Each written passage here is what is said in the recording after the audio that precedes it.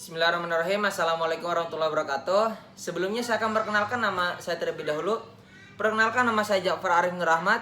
Saya dari jurusan Pendidikan Bahasa Arab semester 6, NIM 1908102054. Nah, di sini saya akan menerangkan tentang pendidikan bahasa Arab, tentang telaah ya teman-teman ya, yang teman-teman pahamin ini. Nah, yang pertama kita akan menjelaskan cara pengembangan indikator pencapaian kompetensi. 2. Merinci indikator pencapaian kompetensi dari KD.3. Yang ketiga, merinci indikator pencapaian kompetensi dari KD.4.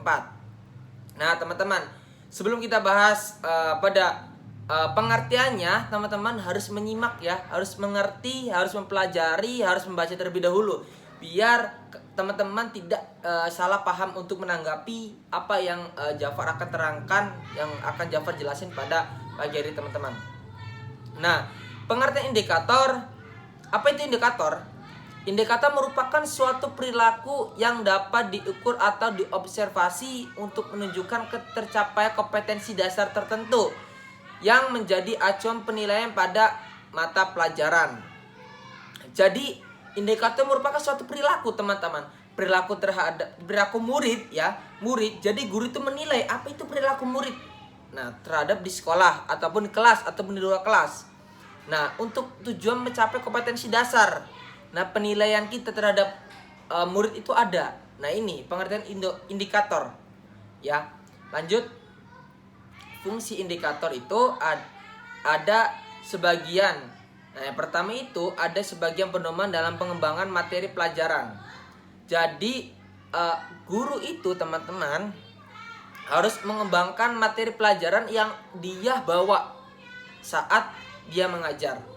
Contohnya materi bahasa Arab atau enggak nahwu atau enggak sorof. Kita sebagai guru yang akan menerangkan kepada muridnya, kita harus memahami terlebih dahulu mengenai apa itu materi yang kita akan bawa, biar murid-murid itu paham.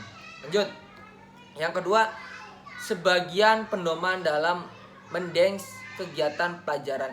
Jadi guru itu atau enggak ya ustadz lah, itu harus menilai atau meneliti kegiatan-kegiatan murid ya, kegiatan-kegiatan murid di luar sekolah maupun di dalam sekolah. Itu guru harus menilai kegiatan-kegiatan biar guru itu paham perilaku semua murid itu paham. Lanjut. Di sini ada ketentuan perumusan indikator. Indikator dirumuskan dari kompetensi dasar menggunakan kata kerja dan operasional yang dapat diukur dan dapat dirumuskan dalam kegiatan yang simpel, jelas dan mudah dipahami. Tidak menggunakan kata bermakna ganda. Nah, ini teman-teman ya. Ini yang kalian harus pahami. Nah, lanjut. Jadi nanti itu dalam dirumuskan itu harus simple, jelas ya. Simple itu harus jelas, jangan simple tidak jelas. Simple, jelas dan mudah dipahamin oleh muridnya. Terus rincian indikator pencapaian kompetensi dasar 3.3. 3.3 memahami fungsi sosial, struktur teks dan unsur kebahasaan yang mencakup bunyi, ya, bunyi kata dan makna dari teks yang berkaitan. Nah, as-sihah, amustasifah, as-soidiliyatun, al-iyadatu wal maridah, wal maridoh. Nah, tema yang melibatkan tindakan tutur menanyakan kondisi kesehatan, ungkap ketika menjenguk orang sakit dan memberikan saran. Nah, ini nih, kita sebagai tamu yang menjenguk orang sakit, kita memberikan saran terhadap orang sakit itu harus yang baik-baik. Jangan misalkan, iya kemarin ini misalkan ya, iya kemarin saudara saya itu jatuh dari got, terus tiba-tiba dia sakit terus meninggal. Jangan seperti itu. Kita harus memberikan motivasi, semangat untuk orang sakit. Nah, biar orang sakit itu semangat untuk sembuh gitu. Ya. Ini yang kalian harus mengerti. Lanjut ya. Ada indikator pencapaian kompetensi 3.3. Di dalam 3.3.1 menjelaskan fungsi sosial teks prosedur. Nah, Terus 3.3.2 menjelaskan struktur teks prosedur. 3.3.3 mengemukakan kosakata terkait tema as-sihah. 3.3.4 menjelaskan bentuk, makna, fungsi huruf al-jar dan huruf al-ataf. Nah ini. Lanjut. Indikator pencapaian kompetensi 3.3. 3.5 menemukan fungsi jar dan fungsi ta'af dari teks. Terus 3.3.6 melengkapkan paragraf dengan huruf jar dan huruf ataf. 3.3.7 menjelaskan bentuk tutur, menanyakan kondisi kesehatan. Ungkapan ketika menjenguk orang sakit, memberikan saran, menjaga kesehatan. Nah ini, memberikan saran dan menjaga kesehatan, saran yang baik-baik dan menjaga kesehatan dalam di ruangan rumah sakit itu. Terus kompetensi dasar 3.4 menganalisis gagasan dari teks bahasa Arab yang berkaitan. Nah tadi dengan tema as-sihah, al-mustasifah, as-sodiliyatun, al-iyadatu, wal maridah. Dengan memperhatikan bentuk, makna, fungsi dari susunan gramatika. Nah lanjut ya teman-teman ya. Terus ada lagi next, indikator pencapaian kompetensi 3.4. 3.4.1 melengkapkan kalimat berdasarkan teks yang didengar. Terus 3.4.2 mengidentifikasi fakta dari teks yang didengar tentang as-sihah. 3.4.3 mengidentifikasi fakta dari teks yang dibaca tentang sihah. 3.4.4 menemukan fakta dari teks yang dibacakan oleh as-sihah. Nah ini.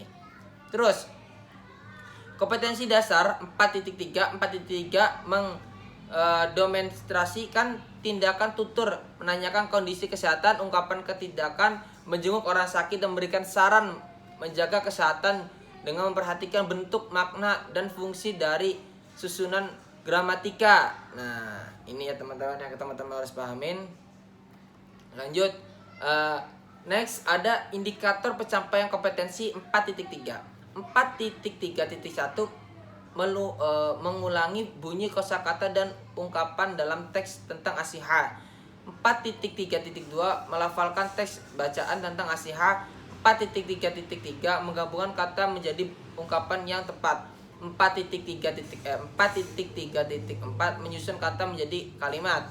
4.3.5 mengubah percakapan eksposisi menjadi teks eksposisi.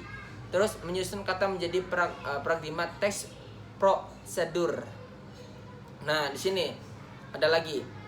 Nah 4.3.7 mempraktekkan percakapan tentang as-sihah tentang as-sihah sesuai dengan contoh yang telah diberikan.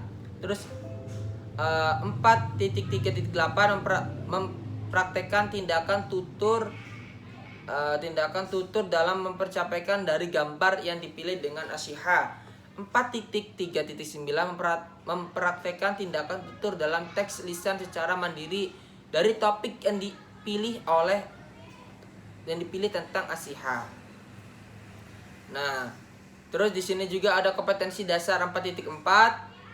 Nah, kompetensi dasar 4.4 menilai hasil analisis gagasan dari teks bahasa Arab yang berkaitan dengan tema yang tadi yang kita udah bahas. Nah, di sini terus ya, dalam tema itu kita harus ngapain? Dengan memperhatikan bentuk, makna, dan fungsi dari susunan gramatika tadi. Jadi gitu teman-teman ya. Baik secara lisan maupun tulisan. Nah, sekian dan terima kasih. Syukron ala ihtimaminkum. Terima kasih banyak atas perhatiannya. Kurang lebihnya mohon maaf. Wallahul muwaffiq ila aqwamit thoriq. Wassalamualaikum warahmatullahi taala wabarakatuh.